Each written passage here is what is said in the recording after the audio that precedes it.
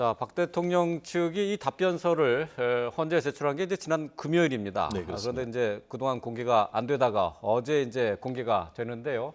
이 공개를 놓고 여야 간의 고성이 오가는 그런 싸움이 있었습니다. 네. 자, 먼저 그 화면을 좀 보면서 얘기를 계속해 나가도록 하겠습니다.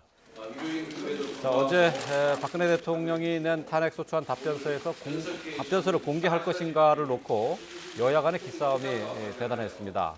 자, 어제 있었던 국회 탄핵소추위원단의 첫 회의 장면을 보고 계신데요. 초반부터 여야 소추위원이 대통령의 답변서 공개를 놓고 팽팽하게 맞섰습니다. 네. 자, 회의가 비공개로 전환이 되면서 밖으로 고성이 새어나올 정도였다고 하는데요. 관련 내용 한번 들어보시죠. 탄핵을 송출하는 게 아니라 탄핵 소추를 방해하는 거예요, 방해. 네. 자, 누구한테 당신이냐라고 고함을 들었는데요.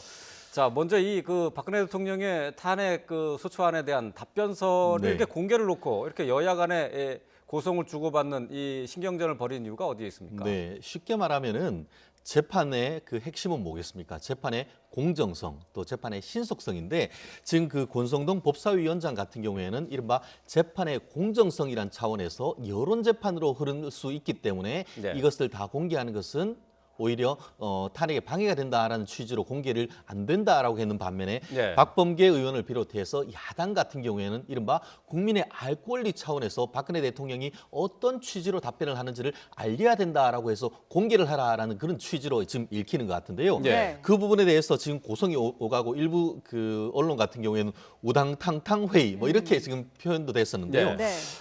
결과적으로 법적으로 봤을 때는 이 탄핵 절차는 형사소송 절차에 따른다라고 봤을 때는 네. 형사소송 절차에 관한 기록은 사실상 함부로 공개돼서는 사실 어려운 점이 없지는 않습니다. 그런데 이 사건이 단순한 형사 사건이 아닌 정치적인 사건이다 보니까 국민의 어떤 관심사에서 국민의 눈높이에 맞추자는 한 차원에서 요청을 했고 네. 결론적으로는 그 내부적인 회의를 거쳐서 공개됐다 이렇게 얘기를 할 수 있는데 네. 다만 국민 눈높이에서는 좋은데 결국은 박근혜 대통령 측에서는 이것을 가지고 이 탄핵 절차의 어떤 공정성의 의문을 제기할 수 있다는 점에서 앞으로 논란의 소지는 있다라고 얘기할 수 있을 것 같습니다. 네. 네.